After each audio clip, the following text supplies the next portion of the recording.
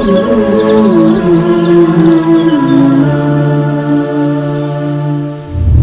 اللہ الرحمن الرحیم.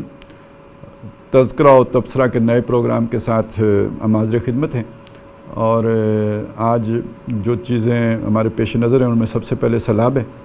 اور سیلاب تو خیر جو بھی آیا ہے اس کی تو اب خبریں سارے جہاں میں گردش کر رہی ہیں، لیکن یہ کہ ہماری سب سے بڑا مسئلہ جو ہماری معیشت کا تھا، اور پہلے ہی سے مفلوق الحال تھی اور برے حال کو تھی اور ڈگمگا رہی تھی، اور بلکہ یہ بات ہو رہی تھی کہ پاکستان شاید بینکرپٹ کے قریب پہنچ چکا ہوا ہے.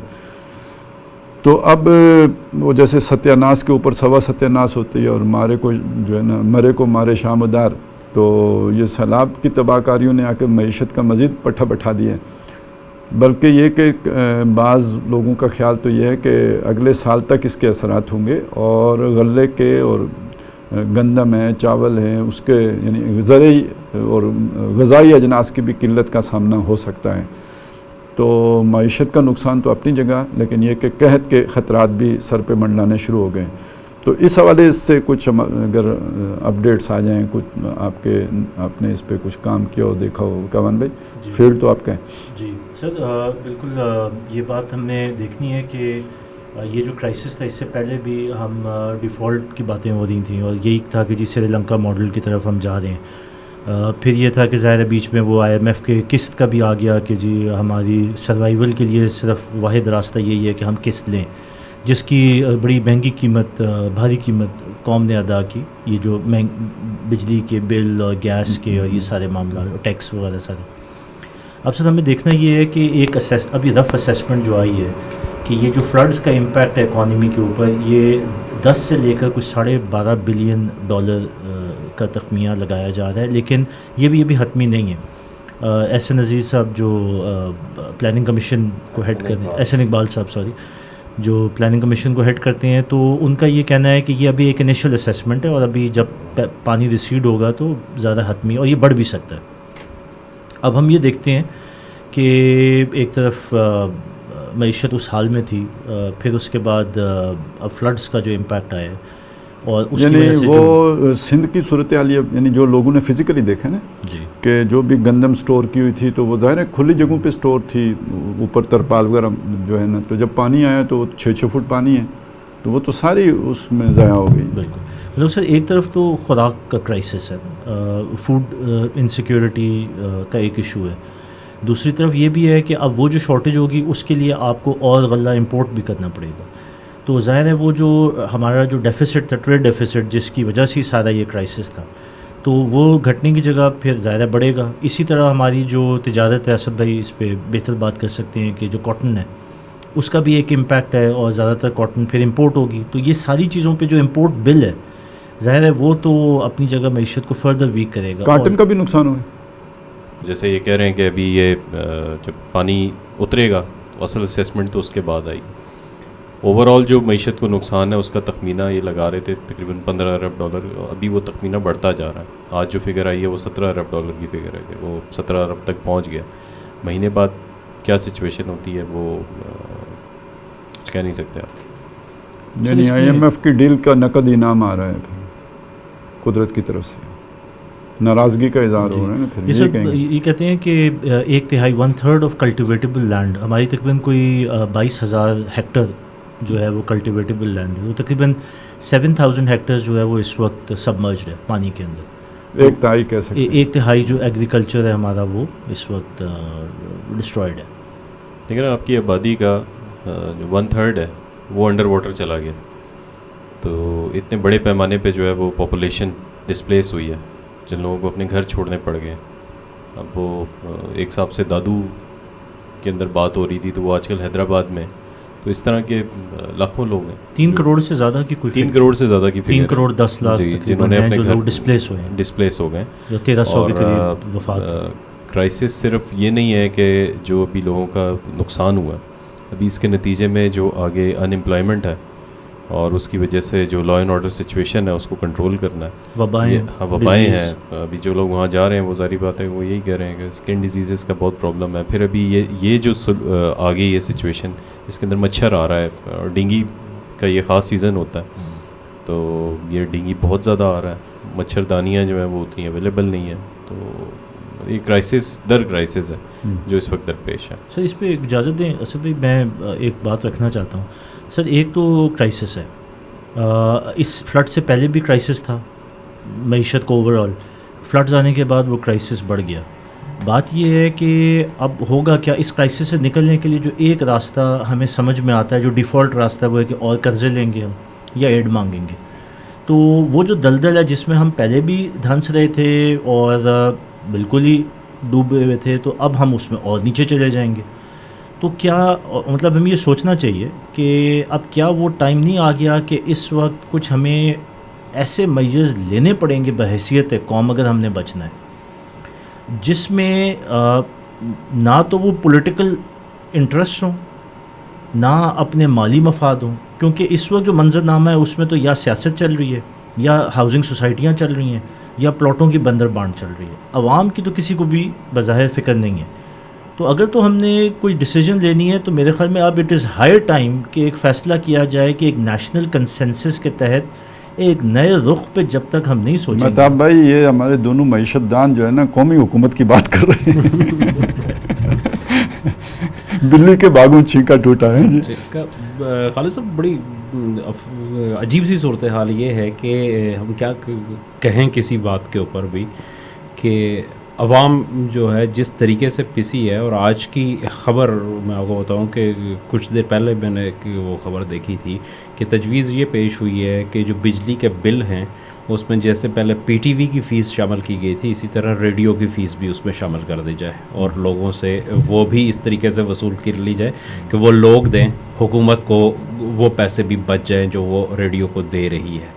اب اسی طرح کے اور مطلب کئی ایک اقدامات جو ہے نا موبائل کی فیس بھی شامل کر دیں. لیویز، ایزی لوڈ کے پیسے بھی آ جائیں گے. ایزی لوڈ کے پیسے، لیویز مطلب پیٹرولیم لیوی جو ہے اس کو بڑھانے کی باتیں کی جا رہی ہیں کہ اس میں اضافہ کیا جائے. پیٹرول پہلے ہی مطلب حکومت نہ ہوئی نا، وہ بینکوں کے وہ جو نہیں، وہ جیسے وہ پہلے جو ساہوکار ہوتے تھے مہاجن، تو ان کے بدماش ہوتے تھے نا ریکوری کرنے والے، جو کرکی کرتے تھے اور مطلب لوگوں کو گھروں سے نکال کے باہر پھینکتے تھے، جو بدماش انہوں نے رکھے ہوتے تھے. تو اب حکومتوں کا کام بس یہ رہ گیا ہے کہ وہ بینکوں کے لیے مطلب ان سے قرضے لیں اور پھر ان کے قرضے ادا کرنے کے لیے عوام کو یوں رگڑا دیں اور انہیں چوسیں، اور یہی رہ گیا نا. ایسا ہی ہے خالد صاحب. مطلب صورتحال یہ ہے کہ ہر طرف حکومت کی اگر آپ اوور آل دیکھیں، جو ابھی ظاہر دونوں بھائیوں نے بات کی ہے یہاں پہ، اور صورتحال ظاہر ہے اس سے بھی کئی گنا گمبھیر ہے. اگر ہم مطلب اس کو دیکھیں، یہ تو سندھ اور صدرن پنجاب مطلب ہمارا فوکس میں تھا جس کو انہوں نے ہائی لائٹ کیا. جو دوسرا نقصان ہوا ہے کے پی کے میں ہوا ہے، گلگت بلتستان میں ہوا ہے، لاہور کشمیر میں ہوا ہے، بلوچستان میں ہوا ہے، وہ اس سارے کو اگر اس میں کیا جائے تو صورتحال اس سے کئی گنا زیادہ جو ہے وہ خراب ہے. لیکن عملاً اگر آپ دیکھیں تو حکومت کی ترجیح میں کہیں اس کی ریہیبلیٹیشن نظر نہیں آتی. کوئی اس قسم کے میئرز ہمیں آج کے دن تک یا اس وقت تک جب ہم یہ گفتگو کر رہے ہیں ہمیں نظر نہیں آ رہے. اچھا، میڈیا میں آپ دیکھ لیں تو اس سب کچھ اتنی بڑی پیمانے پہ تباہی ہونے کے باوجود کہ 1/3 ملک جو ہے وہ پانی کے نیچے ہے، پوری دنیا میں میڈیا چیخ رہا ہے، ہمارے میڈیا میں اسے 10% کوریج بھی، اس کی جو ٹوٹل آن ایئر کا ٹائم ہے اس کو دیکھیں تو اسے 10% بھی کوریج نہیں مل رہی ہے اس کے اوپر. وہاں کے پرابلمس کیا ہیں، وہاں کیسے ہو رہا ہے. اور مطلب حکومت کا، میں کل ایک دوست سے بات کر رہا تھا جو ریلیف ایکٹیویٹیز میں تھے، تو انہوں نے کہا کہ یہ بڑی ایک عجیب سی بات ہے کہ یہ جتنی ریلیف کی ہو رہی ہے گورنمنٹ کے بغیر، چونکہ مشینری گورنمنٹ کے پاس ہوتی ہے تو گورنمنٹ کی وہ مشینری فعال ہی نہیں ہے وہاں پہ، اور اس کی وجہ سے امداد ضائع ہو رہی ہے. انہوں نے کہا کہ سڑکوں کے اوپر جو لوگ بیٹھے ہوئے ہیں اس میں بڑی تعداد اور اکثریت وہ ہیں جو پروفیشنل ہیں وہاں پہ ایک شریف آدمی جس کا گھر گر گیا کہیں، وہ کہیں دور اپنے بچوں کو لے کے گیا کسی رشتہ دار کے پاس، اس نے رکھے ہوئے، وہ سڑک کے اوپر چارپائی رکھ کے نہیں بیٹھا. وہ ہو سکتا ہے ان میں سے بھی کچھ لوگ ہوں گے جنون، لیکن وہ 5-10% سے 90% وہ ہیں جو اسی مقصد کے لیے. اب جو بھی چیز جا رہی ہے وہ ہر گزر بھٹکتا ہوا بندہ ان کو کچھ نہ کچھ دے کے جا رہا ہے, وہاں پہ ہو رہا ہے. اور جو ریئل لوگ ہیں ان کے کوئی ڈیٹا بیس نہیں ہے ہمارے پاس کہ کتنے لوگ تھے, کس ایریا میں کس کو امداد مل گئی ہے, کس کو نہیں مل گئی. ہونا تو یہ چاہیے ایک چھوٹی سی موبائل ایپ کے اوپر یہ ساری چیزیں اس وقت ہوتے ہیں. نادرا اس کے اندر فعال ہوتا اور وہ کہتا کہ کن لوگوں کے, جس کے پاس بھی جو بھی تنظیم لے کے جا رہی ہے اس نے اس کو پیسے دیے, وہ اپڈیٹ کرتا, اس کے پاس ایک ڈونر کی وہ آئی ڈی ہوتی, اس کو اپڈیٹ کر دیتا کہ اس بندے کو مل گئی ہے. دوبارہ جو جانے والا ہے اس کے اب تو فنگر پرنٹس اس کے اوپر موجود ہیں, فنگر پرنٹ سے آپ بایو میٹرک لے کے اسی وقت اسے کر سکتے ہیں. اس کی بھی کوئی ضرورت نہیں رہی کہ شناختی کارڈ اس کی جیب میں ہے یا نہیں ہے. لیکن حکومت مطلب وہی دوبارہ بات وہیں پہ آئے گی کہ کہیں نظر نہیں آ رہی اس کے اوپر, اور ایسے لگ رہا ہے کہ حکومت کا کام صرف لوگوں کو نچوڑنا ہے, ان کی خون کا آخری قطرہ بھی ان کی جسم سے اور ان کی جیبوں میں پڑا ہوا آخری سکہ بھی اس نے نکالنا ہے, اس کے علاوہ اس کا اور کوئی کام نہیں ہے. پرائیورٹیز مس پلیسڈ ہیں. اور سر یہ ہے کہ اگر یہی صورتحال رہی تو جس ڈیزاسٹر کی ابھی اسد بھائی نے بات کی کہ آگے جا کے قحط, بیماری, وائڈ اسپریڈ اور ریہیبلیٹیشن, جن کے گھر گر گئے ہیں, تو وہ تو پھر معاملہ اور زیادہ گھمبیر ہوگا. اب یہ ہے کہ اس سے کیا پولیٹیکل کرائسس ایک نیا کریٹ ہونے جا رہا ہے, یا اس میں کوئی ابھی سوچ بچار کرنے کا اصل مطلب بات تو یہ ہے کہ ویئر ڈو وی اسٹینڈ. نہیں, کچھ باتیں ایسی چل تو رہی ہیں کہ بھائی عمران خان تو مطلب ہے وہ تو اب قابل قبول نہیں ہے, لیکن یہ کہ یہ والا سیٹ اپ بھی چلنے والا نہیں ہے.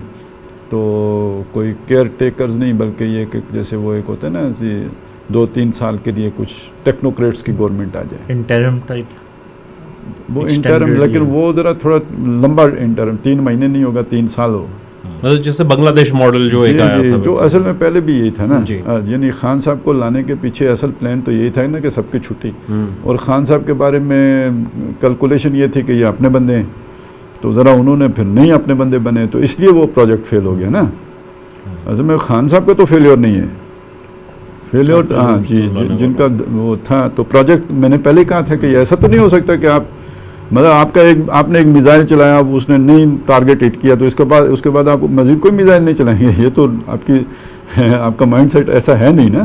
تو وہ ٹرائی اگین والا ہے. تیمور نے پتہ نہیں کتنے حملے کیے تھے اور کتنی دفعہ چیونٹی کو چڑھ کے گرتے ہوئے دیکھا تھا, لیکن پھر اس نے آخر چیونٹی چڑھ گئی تھی نا. تو جنہوں نے چڑھنا ہوتا ہے وہ آخر چڑھ جاتے ہیں, ایک دفعہ نہیں تو دوسری دفعہ نہیں تو تیسری دفعہ کرنا ہوتا ہے. تو یعنی وہ ہے. تو اسی لیے تو میں نے کہا تھا بلی کے باغوں چھینکا ٹوٹا کہ یہ سیلاب جو ہے نا ان کے لیے تو بلیسنگ ان ڈسگائز ہے نا, کہ بھئی حکومت ناکام ثابت ہو رہی ہے, اور وہ جب ناکام ثابت ہو رہی ہے تو پھر یعنی کہ آخر کار کامیاب لوگ, محنتی لوگ, نمبر 1 لوگ وہ قوم کی خدمت کے لیے تشریف لائیں گے نا. یہ کیپیبل ہے اس کو کرنے کے, کوئی نہیں ہوتا. صرف یہ کہ جو خلا پیدا ہوتا ہے نا اس کی بنیاد میں اپنے لیے جگہ بنائی جاتی ہے. کیپیبلٹی تو ہے, مطلب کس نے اس سے پہلے کس نے ڈیلیور کیا ہے؟ ایوب خان نے کیا, ضیاء الحق نے کیا, پرویز مشرف نے کیا. آتے تو سب اچھی نیت سے, یحییٰ خان نے کیا, کوئی نہیں کر سکتا, ابھی بھی نہیں ہوگا. تو لیکن یہ کہ جواز تو پیدا کیا جاتا ہے نا اپنے. اصل میں 10 سال کا پروگرام ہوتا ہے, 10 سال میں ایک کیریئر تمام ہو جاتا ہے, اور وہ اپنے لیے ساری سہولتیں لے لیتے ہیں.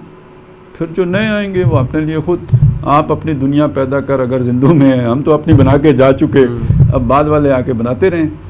تو یہاں تو یہی وشیس سرکل چل رہا ہے نا. یعنی آپ اگر پوری ہماری اپنی تاریخ کو دیکھیں نا تو یہ کیا ہے, بنانا اور بگاڑنا, یا بگاڑنا اور بنانا.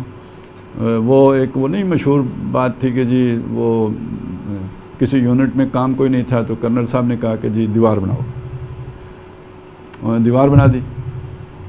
اگلے دن کیا کریں, اس دیوار کو اکھاڑو اور وہاں بناؤ. تو یہاں سے اکھاڑ کے وہاں بناؤ, وہاں سے اکھاڑ کے یہاں بناؤ. قرآن مجید میں اس کو وہ کہا نا کہ نقض غزل. آپ ایک بڑھیا نے سوت کاتا, اور جب سوت کاٹ لیا تو پھر اسے ٹکڑے ٹکڑے کر دیا. تو ہم بھی ایک پروجیکٹ لانچ کرتے ہیں, اسے بناتے ہیں, سنوارتے ہیں. کوئی بھٹو بناتے ہیں, کوئی عمران خان بناتے ہیں, کوئی نواز شریف بناتے ہیں, اور جب وہ بن کے تیار ہو جاتا ہے پھر اسے کھولتے ہیں واپس. ولا تکونوا کاللتی نقضت غزلها بعد قوة انکاسا. اسے پوری طاقت دے کے جب وہ عوام میں وہ ہو جاتا ہے پھر اب ریورس پروسیس شروع کرتے ہیں. یہی 75 سال کی تاریخ ہے. سر اس تاریخ کو بنانا دیکھیں اور بگاڑنا. تو انفارچونیٹلی ہم سٹیپ بائی سٹیپ تو نیچے ہی گئے نیچے گئے نا. تو پھر اس لیے کہ سبق نہیں ثبات سیکھتے. جو ہے نا وہ ثبات فقط تغیر کو ہے زمانے میں. آپ اوپر نہیں جائیں گے تو نیچے جائیں گے. اس دائرے کے چکر کی وجہ سے آپ اوپر تو گئے نہیں تو پھر نیچے تو جانا ہی تھا نا. تو پھر تبدیلی تو سر پھر اس اور راستے ابھی بھی سے تو سیکھا کچھ نہیں ہے. میں ابھی وہی بھی کہہ رہا ہوں. مزید اسی دائرے کے سفر, ساری پلاننگ ساری اسٹریٹجی اسی دائرے کے سفر کی ہے.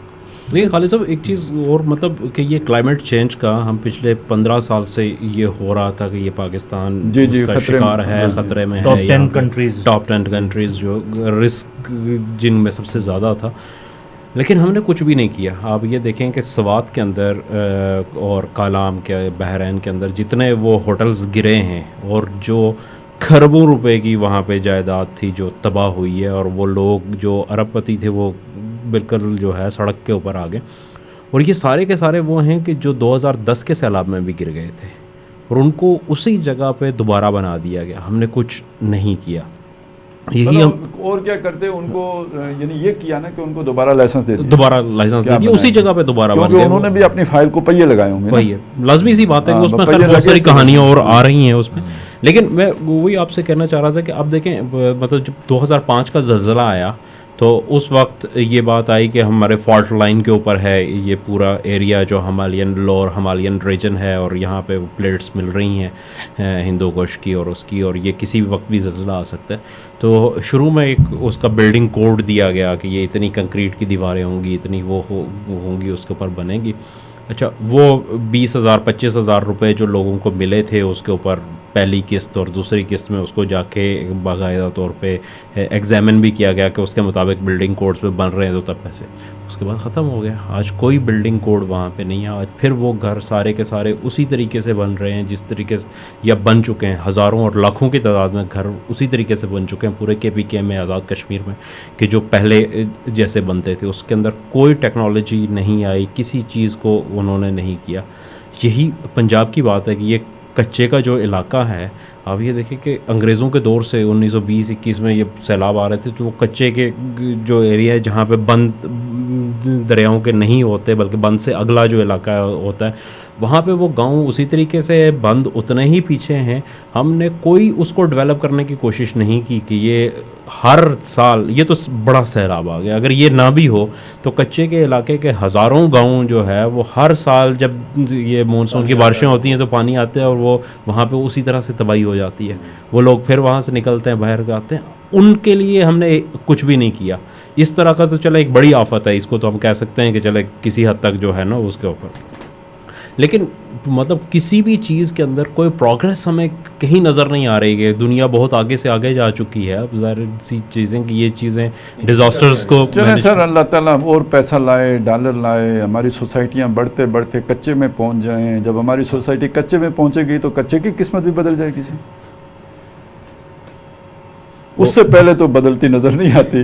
بس یہ دعا کریں کسی بہانے ڈالر آتے رہیں. وہ اس دفعہ ایک لطیفہ جو ہے نا وہ 5 سپٹمبر کو بڑا مشہور ہوا تھا کہ ڈیفنس ڈے کی برکت سے اللہ کرے کہ ہمارا بھی ڈیفنس میں ایک پلاٹ جو ہے نا وہ ہو جائے.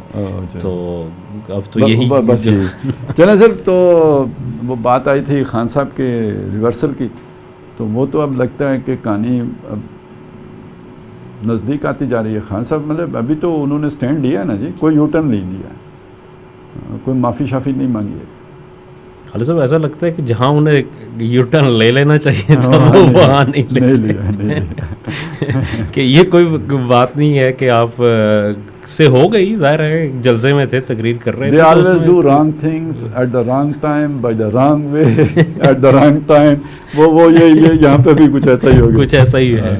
تو غیر مشروط معافی مانگ کے وہ بڑے آرام سے وہ ہو سکتے تھے اس پہ, لیکن وہ خود سے انہوں نے جو ہے ججوں کی بڑی خواہش تھی کہ کچھ نہ کچھ بیچارے کہہ دیں کہ جن کو ہم سمجھیں کہ یہ غیر مشروط معافی ہے, اور کیس جو ہے نا وہ ختم کر دیں. اس میں ایک وجہ یہ بھی ہو سکتی ہے نا کہ وہ جو عدالتی کارروائی کا ٹائم رکھا ہے وہ میرے خیال سے صبح بہت ارلی مارننگ رکھتی ہو. نہیں 2 بجے ہے. 2 بجے پیش ہوگا. ہاں بالکل آرام سے کمفرٹیبل ہوتی ہے. اشاش بشاش ہو. سر ذرا روپے ڈالر کی بھی اب تو IMF کی قسط آ گئی. سر جی وہ تو ہے, لیکن یہ مجھے ویسے میری اپنی خیال ہے کہ ایک رائے تو یہ آ رہی ہے نا کہ ان کو پھنسایا جا رہا ہے. یعنی اب ایک سوچ یہ ہے کہ پارٹی پر ایک گروپ ہے جو نظر رکھے ہوئے، جیسے غریب کے پلاٹ پہ کسی کی نظر ہوتی ہے، تو پارٹی کے اندر ایک گروپ ہے کہ جو پارٹی پہ نظر رکھے ہوئے ہیں، اور وہ چاہتے ہیں کہ خان صاحب کا مکو ٹھپا جائے اور پارٹی ان کو مل جائے. ویسے تو خام خیالی ہے، اس لیے کہ یہ پارٹی تو خان صاحب کے بل پہ One man show ان کا فین کلب ہے، ان کا فین کلب ہے. اور لیکن یہ کہ بہرحال خواہشات تو ہوتی ہیں کچھ لوگوں کی ہیں، تو ایک رائے یہ ہے کہ وہ انہیں پھنسا رہے ہیں، یعنی وہ انہیں ڈٹ جاؤ، کھڑے ہو جاؤ، کوئی پرواہ نہیں ہے، کچھ نہیں ہوگا. تو وہ جو بھٹو کے صاحب کے ساتھ ہوا تھا، جیسے یوسف رضا گیلانی کے صاحب کو بھی بتانے والے کچھ نہیں ہونا، تو ان کے ساتھ بھی یہی ہے کچھ نہیں ہوگا. شاید نواز شریف صاحب کے ساتھ بھی یہی ہوا تھا کہ کچھ نہیں ہوگا. اچھا خالد صاحب، ایک بڑی دلچسپ چیز یہ ہے کہ تینوں جو لیڈر ہیں، اس سے پہلے دو اور یہ خان صاحب جو ہیں، یہ پاپولیرٹی کے زوم میں ہی مارے گئے تھے. اگر ذوالفقار علی بھٹو صاحب کو کہتے تھے، وہ کہہ رہے تھے کہ مجھے ہوا تو ہمالیہ روئے گا، اور لوگ جو ہے نا وہ سڑکوں کے اوپر اپنے آپ کو آگ لگا دیں گے. تو آگ کسی نے بھی نہیں لگائی تھی، غالباً ایک آدھ جو ہے نا وہ بندہ تھا جس نے لگائی تھی، باقی اس کے بعد کچھ بھی نہیں ہوا. ان کے تابوت کو تالے لگا کے انہوں نے گڑی خدا بخش میں لحد میں اتار دیا اور کچھ بھی. نواز شریف صاحب جب آئے تھے تو وہ بھی 2/3 اکثریت سے آئے تھے، اور وہ بھی یہی کہتے تھے کہ بھائی مجھے ہلانے والا کون ہو سکتا ہے. انہوں نے بھی ہر وہ اس کو لات مارنا شروع کی تھی، پہلے عدلیہ کے ساتھ، پھر ایک چیف آف آرمی اسٹاف کو بھی فارغ کیا تھا. جہانگیر کراوت صاحب نے جب تجویز پیش کی تھی تو ان کو بھی ہٹا دیا تھا، اور تو پھر اس کے بعد وہ 10 سال کے لیے جدہ چلے گئے تھے. تو خان صاحب بھی اب ان کو بھی جو ہوا بھری جا رہی ہے وہ بھی یہی ہے. وہ فواد چودھری صاحب تو روزانہ کہتے ہیں، مطلب آپ دیکھیں گے کیس کورٹ میں پینڈنگ ہے اور وہ کہتے ہیں کہ عدالتیں سزا دے ہی نہیں سکتی. ایک پاپولر لیڈر کو کیسے نااہل قرار دیا جا سقتا ہے؟ کس کے باپ میں ہمت ہے کہ وہ ایسا کرے؟ تو یہ اولم یاد لہم کم اہلکنا من قبلہم من القرون یمشی فی مساکنہ، کہ ان کی ہدایت کے لیے یہ بات کافی نہیں ہوئی کہ ان سے پہلے ہم ان جیسے کتنے لوگوں کو ہلاک کر چکے ہیں، اور یہ ان کی بستیوں میں چلتے پھرتے ہیں. یہ رہائش رکھے ہوئے ہیں اس جگہ پہ جہاں پہ ان کی رہائش تھی، اسی وزیر اعظم ہاؤس میں بیٹھے ہوئے ہیں جو انہی کی طرح پاپولر لوگوں کا تھا. وہ کس انجام سے 2-4 ہوئے، ان کو یہ سمجھ نہیں آتی، لیکن نہیں آتی. نہ قوموں کو سمجھ آئی، وہ اللہ کے ہاتھوں ہلاک ہوتے رہے، اور نہ ہمارے سیاستدانوں کو سمجھ آتی ہے، وہ اللہ کے سایوں کے ہاتھوں ذل اللہ فی الارض جو ہے نا ان کے ہاتھوں انجام کو اتر رہے ہیں. تو بہرحال یہ تو سر یہ کوئی ہے، اقتدار کا نشہ ایسا ہی ہوتا ہے کہ مت ماری جاتی ہے. اقتدار کا نشہ ہو، دولت کا نشہ ہو، کوئی بھی تکبر اولاد کا ہو، کاروبار کا ہو، تو وہ مت مار دیتا ہے سر. 12 سنگے کا وہ 12 سنگوں والا نشہ ہو تو اسی میں بندہ پھنس جاتا ہے. تو یہ اچھا ایک بات اور بھی ہے ویسے، یعنی امکان کے یہ کہی کسی نے نہیں ہے، میرے ذہن میں آئی ہے، میں آپ کے ساتھ شیئر کرتا ہوں کہ خان صاحب کے لیے جو ہے نا، بجائے یعنی آپ سوچیں اس سچویشن کو ذہن میں لائیں کہ ان کے اوپر توشہ خانہ کا کیس چلتا ہے، ان کے اوپر جو ہے نا وہ جو پیسے آئے تھے انگلینڈ سے واپس ملک ریاض کے، اور جو اور کابینہ کے فیصلے کے مطابق وہ یعنی وہ تھے تو گورنمنٹ کے، اور کابینہ نے فیصلہ کر کے وہ ملک ریاض کو دے دیے، یعنی اس نے جو دینے تھے عدالت کے حکم پر وہ اس کھاتے میں ایڈجسٹ کر لیے گئے. وہ والا کیس ہو، فارن فنڈنگ والا کیس ہو، عارف نقوی کے ساتھ بریکٹ ہونا ہو، تو جو ان کا انٹرنیشنل امیج ہے وہ کتنا تباہ ہوگا. اس کے مقابلے میں یہ اگر نائل ہوتے ہیں توہین عدالت کے کیس میں، کسی مقدس ہستی کی توہین کے اس میں، تو یہ تو اسٹیٹ کے جبر میں آ کے تو یعنی ان کی ہمدردی کو انٹرنیشنلی بھی بڑھائے گا، ملکی سطح پہ بھی یہ یعنی زندہ رہیں گے، لوگوں کے دلوں میں ہمدردی رہے گی، ظلم سمجھا جائے گا جو کچھ ہوگا. تو سیاسی طور پر ان کے لیے یہ بہتر نہیں ہے، کیونکہ جن کو وہ ناراض کر بیٹھے انہوں نے ان کا کچھ نہ کچھ تو کرنا ہی ہے. تو بجائے ان چیزوں میں ہو کہ جن کے ساتھ ان کی بدنامی جڑی ہوئی ہے، اس معاملے میں ہونا ان کا ایک اعتبار سے سیاسی فائدہ نہیں بنتا کیا؟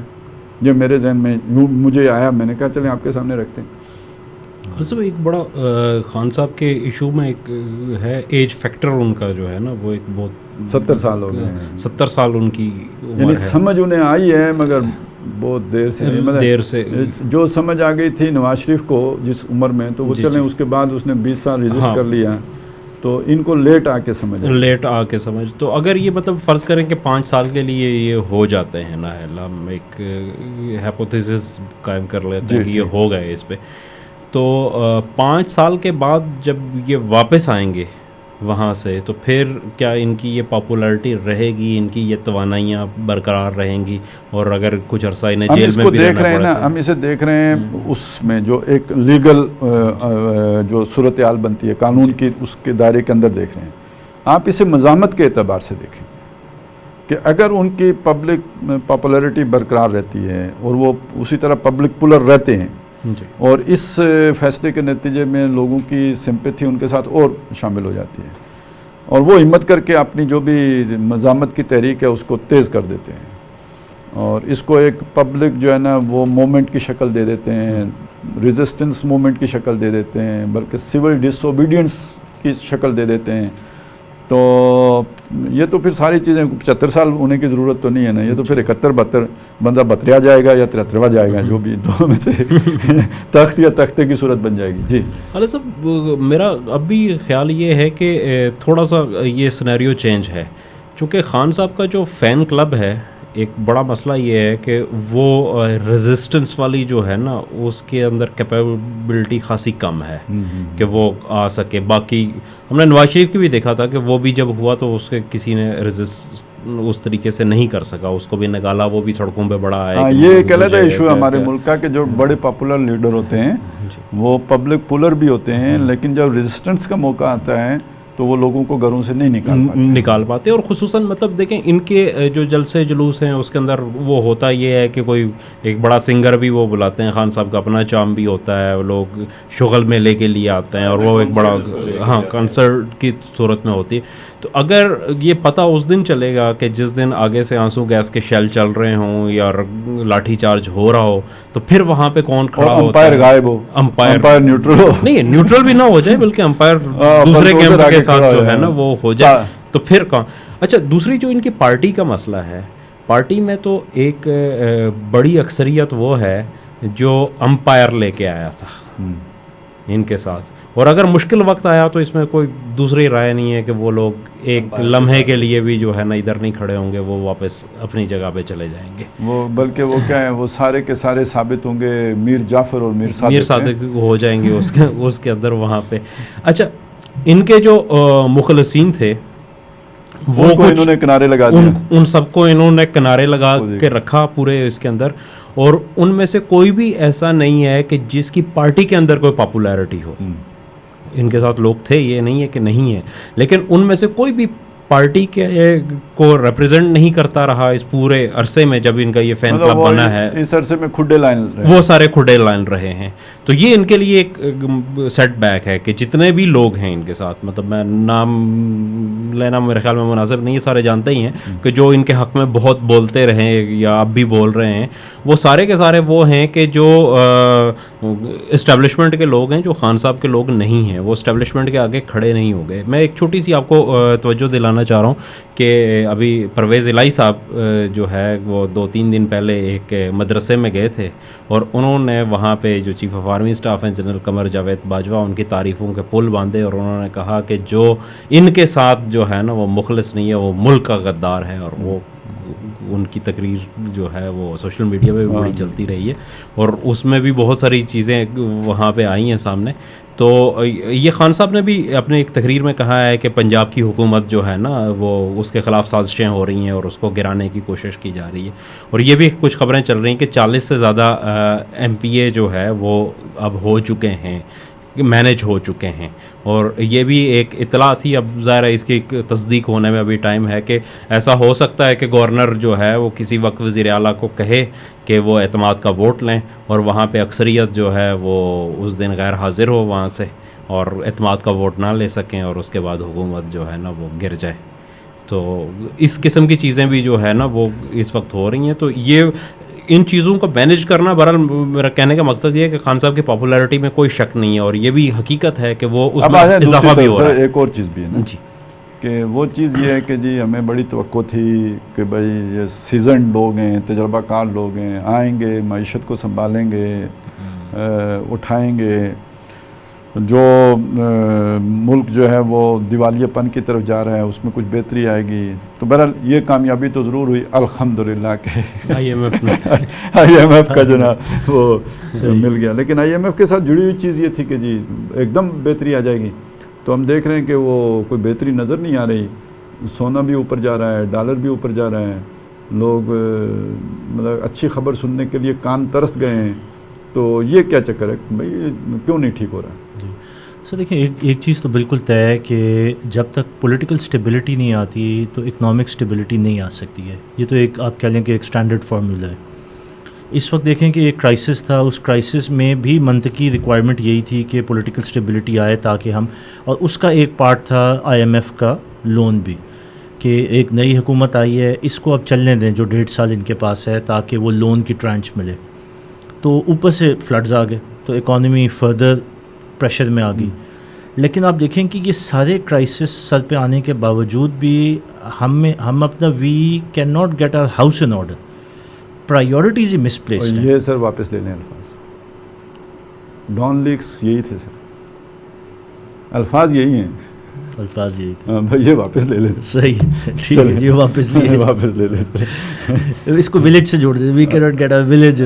سر بات یہ ہے کہ اس وقت جیسے بات ہوئی ہے پہلے، نہ گورنمنٹ کا فوکس نہ کسی اور کا. جس طرح مہتاب بھائی نے کہا کہ ڈیزاسٹر کے لیے این ڈی ایم اے بنی تو اس نے کیا کام کیا.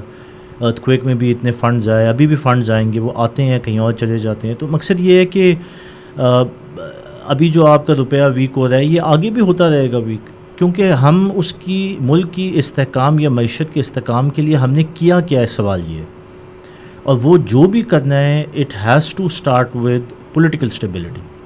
اگر پولیٹیکل اسٹیبلٹی نہیں ہے تو خوش فہمی ہے کہ ادھر تو پنجاب کی حکومت جا رہی ہے اور پنجاب کی حکومت آ رہی ہے. بندر بانڈ چل رہا ہے جو اس وقت. اگر آپ کو ایک کرائسس نظر آ رہا ہے، پھر وہی آپ نے اس کو جوڑا وہ اس سے جو تھی دوسری جو نیشنل گورنمنٹ سے جوڑا آپ نے. تو میں کہتا ہوں کہ جو بھی ہے، حالانکہ اوبیسلی وہ کوئی ہمارے ملک کے لیے اچھا نہیں ہے، لیکن سر وہ بھی نہیں چلے گا. میں آپ کو بتا دوں، کیونکہ وہ آپ لے کے آئیں گے نا تو عمران خان کے ساتھ جا کے نواز شریف بھی کھڑا ہو جائے گا. بالکل پولیٹیکل فورسز دوسری طرف ہوں سر گے. پولیٹیکل فورسز ساری دوسری طرف ہو جائیں گی، تو کدھر سے اسٹیبلٹی آ جائے گی؟ کوئی اسٹیبلٹی نہیں. اچھا ویسے خالد صاحب ایک خبر یہ بھی تھی کہ عمران خان صاحب کے نواز شریف صاحب سے بھی رابطے ہوئے ہیں اور بیک ڈور میں جو ہے سر یہ اس چیز کا بالکل امکان ہے. وہ اس وجہ سے نہیں کہ یہ دونوں اتنے سیانے ہیں.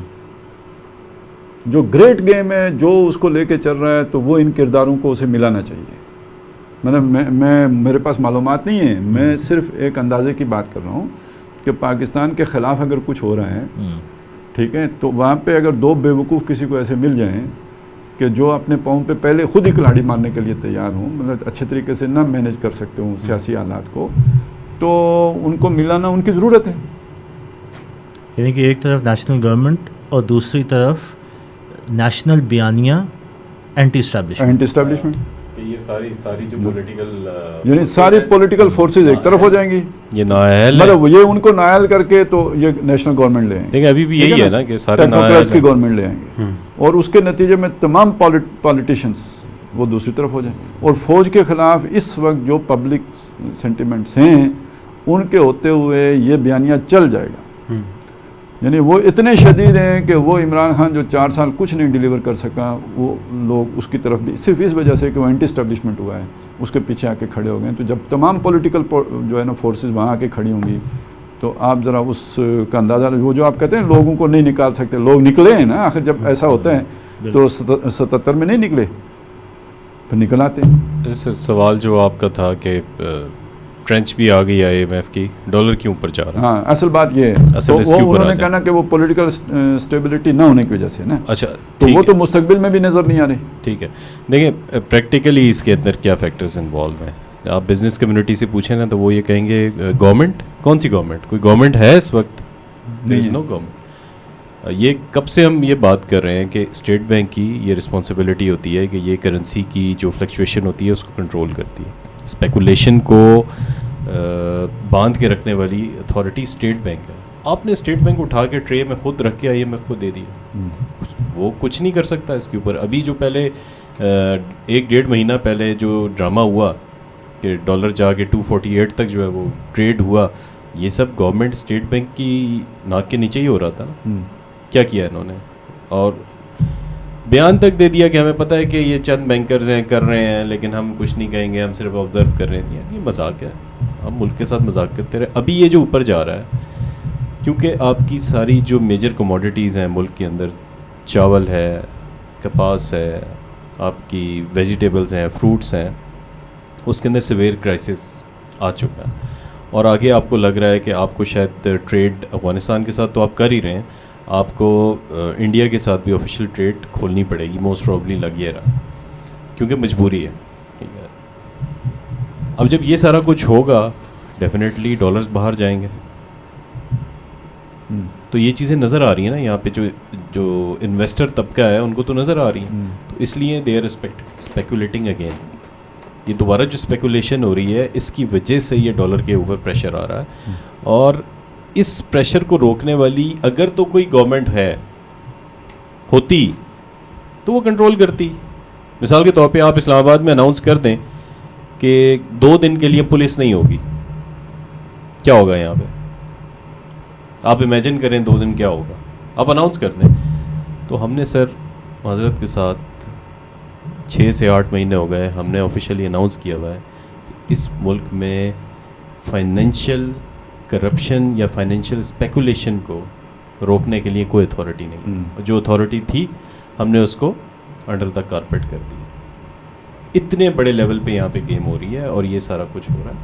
ایسا نہیں ہے کہ یہ اس کے سولوشنز نہیں ہیں, بڑا کچھ ہے, اسی ملک کے اندر سے سولوشنز نکل سکتے ہیں, لیکن اس چیز کی ولنگنیس نہیں ہے. یہ جو ابھی آپ بات کر رہے ہیں کہ یہ سارے پولیٹیکل پارٹیز کو ایک طرف کارنر کر کے لوگوں کو یہی کہہ دیا جائے کہ یہ سب کے سب نااہل ہیں, ہم آپ کو سولوشن دیتے ہیں.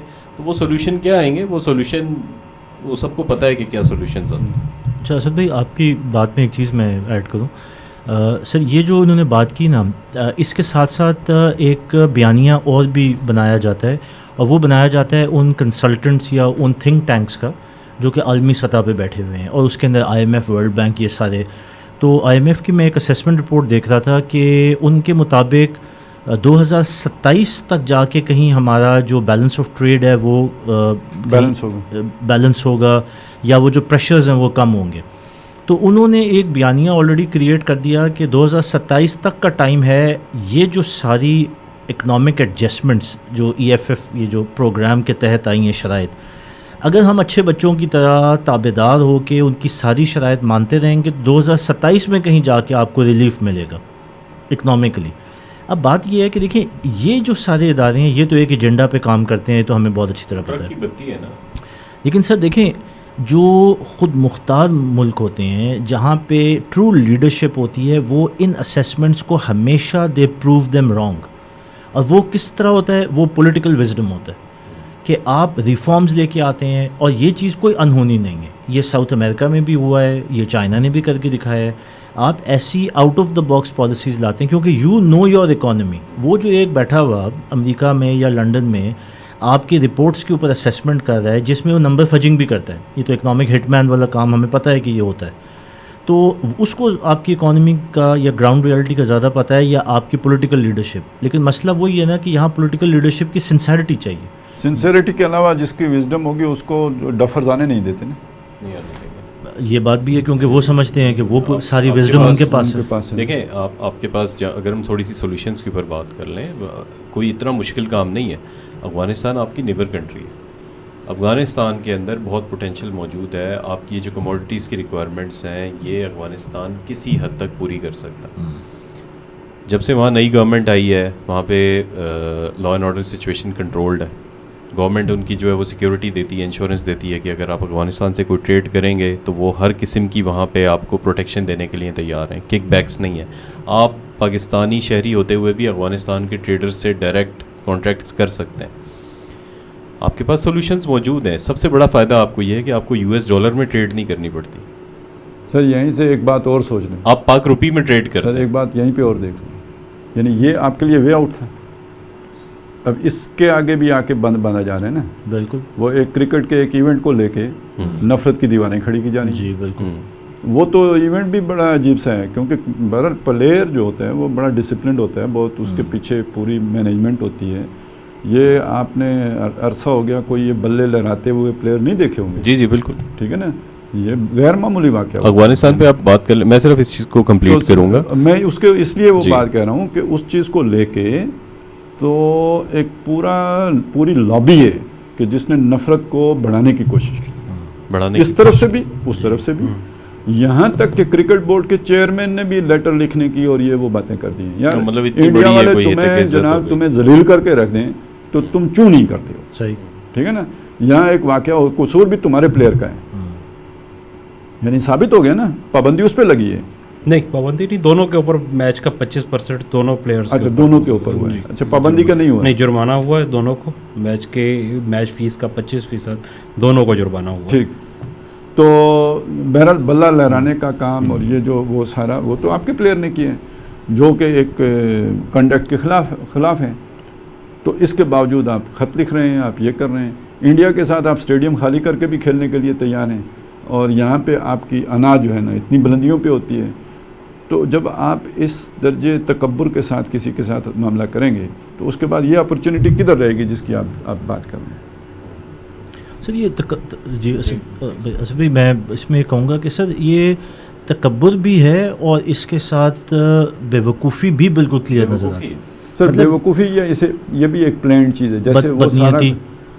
جیسے وہ سارا کچھ ہے پاکستان کو ایک ڈیفالٹر کنٹری ثابت کرنے کے لیے یا پہنچانے کے لیے اس مقام تک, تو جو جہاں سے اس کو روشنی کی کوئی کرن مل سکتی ہے وہ راستہ بلاک کرنا بھی اس اسٹریٹجی کا حصہ نہیں ہے, اس اسٹریٹجی کے تحت نہ ہو رہا ہو. سر بالکل ہو سکتا ہے. دیکھیں یہ جو واقعہ ہوا ہے اس سے پہلے بھی اگر ہم کہیں کہ جو اس وقت پولیٹیکل صورتحال ہے افغانستان میں, تو ہم تو اس وقت ان کے سب سے بڑے ٹریڈنگ پارٹنرز ہوتے, یا ہماری طرف سے سب سے زیادہ ریلیف کی ایکٹیویٹی ہوتی جس میں دونوں کو میوچول بینیفٹ تھا, کیونکہ اتنی بڑی ریکنسٹرکشن ہے, اتنی ڈسٹرکشن کے بعد. وہ کسی نے ٹویٹ کیا ہوا تھا, مجھے نام یاد نہیں رہا, میں نے ری ٹویٹ بھی کیا. جی وہ اس نے یہ کیا ہوا تھا کہ جی پچھلے سال ہمارا انار آیا, انہوں نے روک دیا, جو پاکستان میں نہیں آنے دیا, ٹیکس امپوز کیا. وہ سارے کے سارے جو ہے نا ٹرک کھڑے رہے, وہیں خراب ہوا.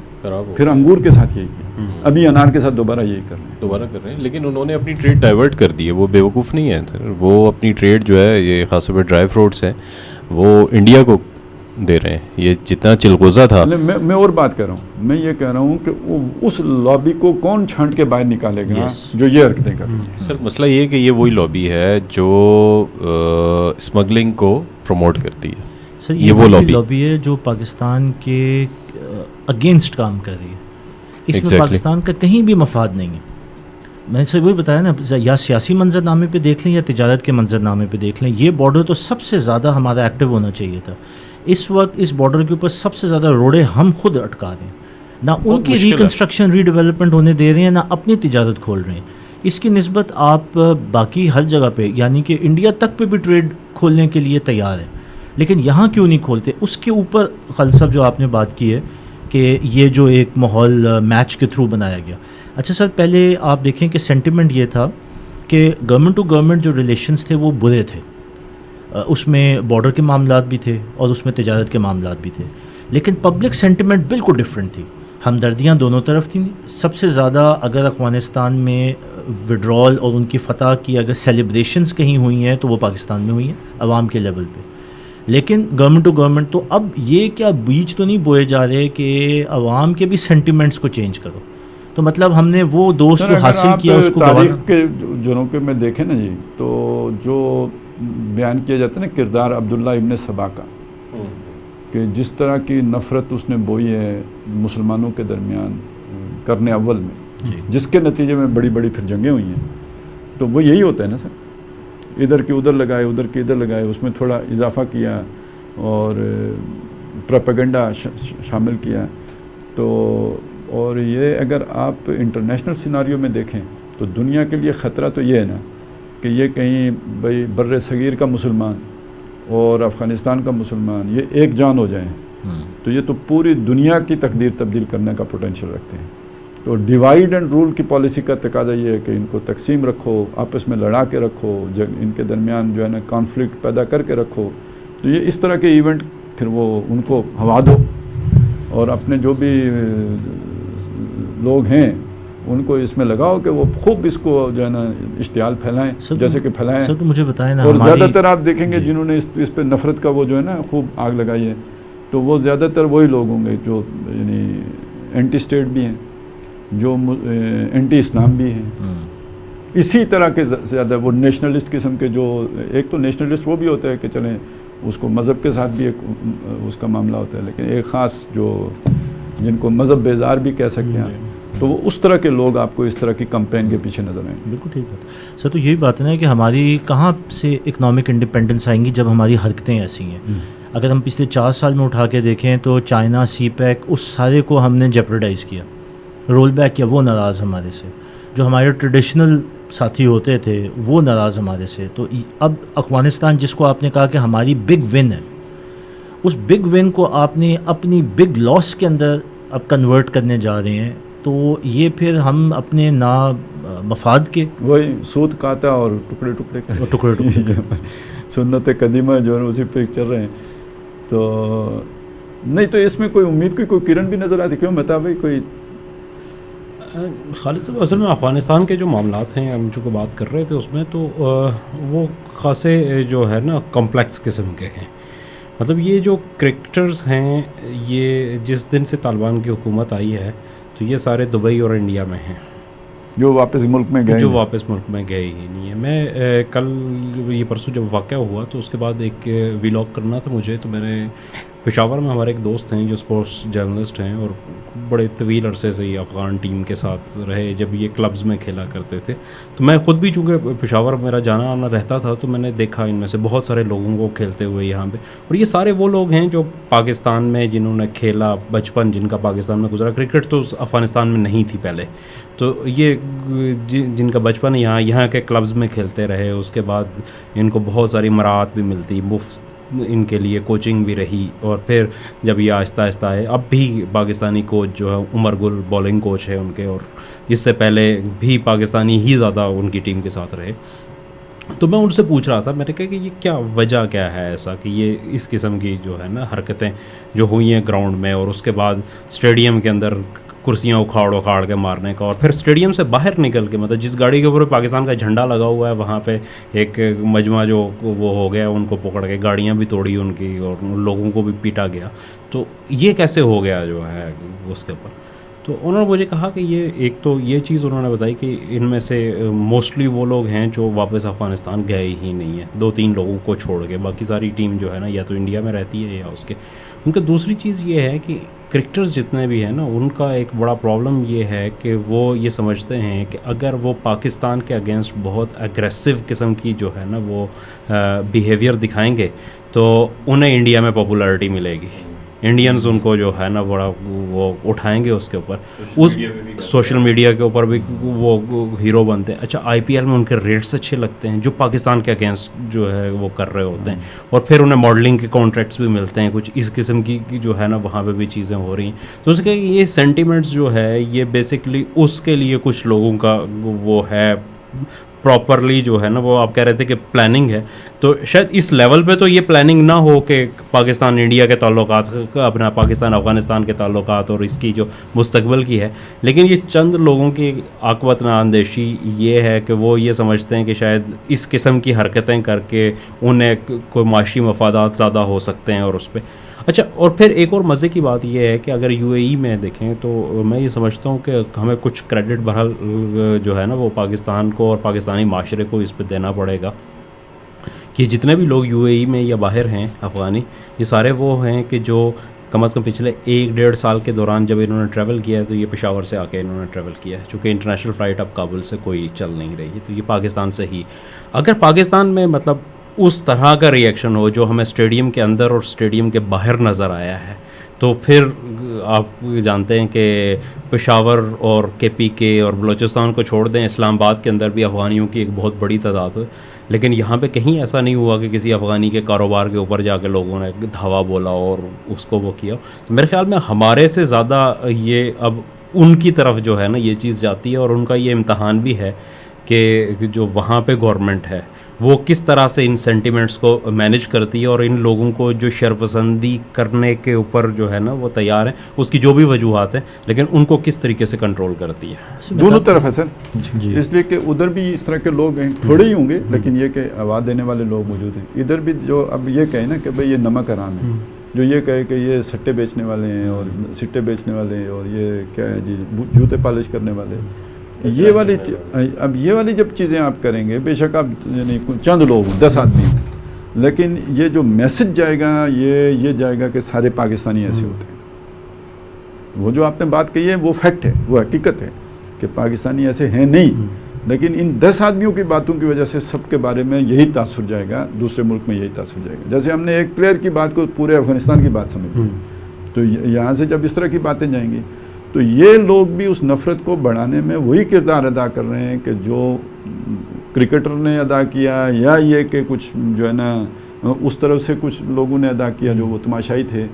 تو یہ دونوں طرف کی حکومتوں کو اس چیز کو دیکھنے کی دیکھنا چاہیے. اور لیکن یہ کہ اس میں زیادہ جو کنسرن کی بات ہے وہ یہ کہ آفیشلی جو مطلب رمیز راجہ صاحب نے جو موقف اختیار کیا اور خط لکھنے کی بات کی, تو یہ انہیں یا تو ہم آسٹریلیا ہوں, ٹھیک ہے نا, تو جس طرح آسٹریلیا کہتا ہے جی وہاں خطرہ ہے تو ہم نہیں جاتے, تو وہاں خطرہ ہے تو ہم نہیں جاتے, یا تو پھر ہم یہ کریں کہ جی ہماری ٹیم کا لیول وہ صرف ڈالر کا لیول چیک کر لیں نا افغانستان اور پاکستان کی کرنسی کا, تو پھر اپنی اوقات کا اندازہ ہو جانا چاہیے. تو وہ جب ہم ہیں نہیں, ہم انڈیا کی منتیں کر رہے ہیں یار ہمیں ٹور دے دو, ہم جو ہے نا وہ سری لنکا کی کو بھیک مانگ رہے ہیں کہ یار آپ چکر لگا جاؤ, تو یہی یہ ٹیم ملے ہیں ہمیں کہ بھئی ان کے خلاف ہم خط لکھ رہے ہیں اور ہم یہ کر رہے ہیں. اس میں خالد صاحب ایک چیز جو ہے نا وہ مطلب جو مجھے ایسی لگی ہے کہ جس کو جسٹیفائی کیا جا سکتا ہے, وہ یہ تھا کہ مسلسل تیسرا میچ ایسا تھا کہ جس میں جو اسپیکٹیٹرز تھے وہاں پہ موجود, انہوں نے باقاعدہ دوسرے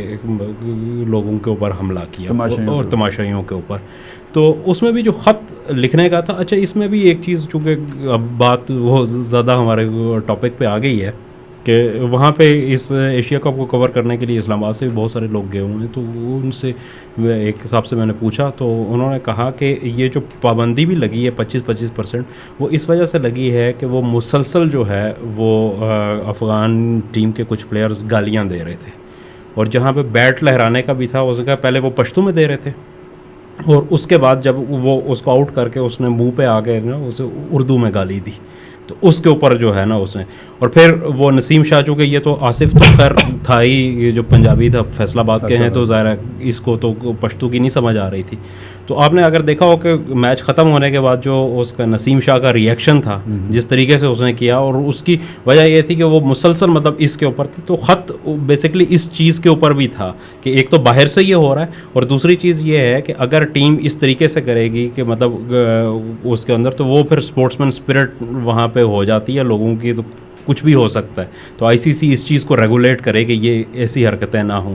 اور انہوں نے کہا کہ جس حساب سے میری بات ہوئی تھی کل صبح کے وقت ہوئی تھی, یہ فیصلہ شام کو آیا, تو انہوں نے کہا کہ پھر اس جو لیٹر کے اوپر باقاعدہ آئی سی سی نے جو وکٹ کیمرہ ہوتا ہے اس کی ریکارڈنگ اس کے مائک کی انہوں نے لی, اور اس کی بیس کے اوپر جو ہے وہ ڈیسیژن آئے گا. اور ڈیسیژن یہی ہے کہ آئی سی سی نے یہ بات اس وقت کنفرم کر دی تھی, صبح کے ٹائم 8-9 بجے میری بات ہوئی تھی, تو انہوں نے کہا کہ اس وقت آئی سی سی اب تک یہ کنفرم کر چکا ہے کہ بین نہیں کیا جائے گا, چونکہ صورتحال ایسی تھی وہاں پہ کہ کسی بھی بندے کے جذبات وہ ہو سکتے ہیں. ادروائز بیٹ اس طریقے سے مارنا یا اس کو پنچ مارنے کی کوشش میں وہ لیول 1 کا افینس تھا اور اس کے اوپر بین بنتا تھا.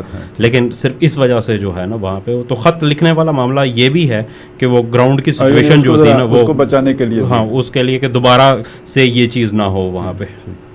ٹھیک ہے جی, اس ہفتے کے لیے تذکرہ و تبصرہ میں اتنا, اور آئندہ ہفتے انشاءاللہ پھر حاضر ہوں گے. حالات و واقعات کی رفتار بہت تیز ہے, انشاءاللہ اگلے ہفتے بھی امید ہے کہ کچھ ہوگا ہمارے پاس ڈسکس کرنے کے لیے. تب تک کے لیے اتنا ہی. السلام علیکم ورحمۃ اللہ. سبحان اللہ والحمد للہ ولا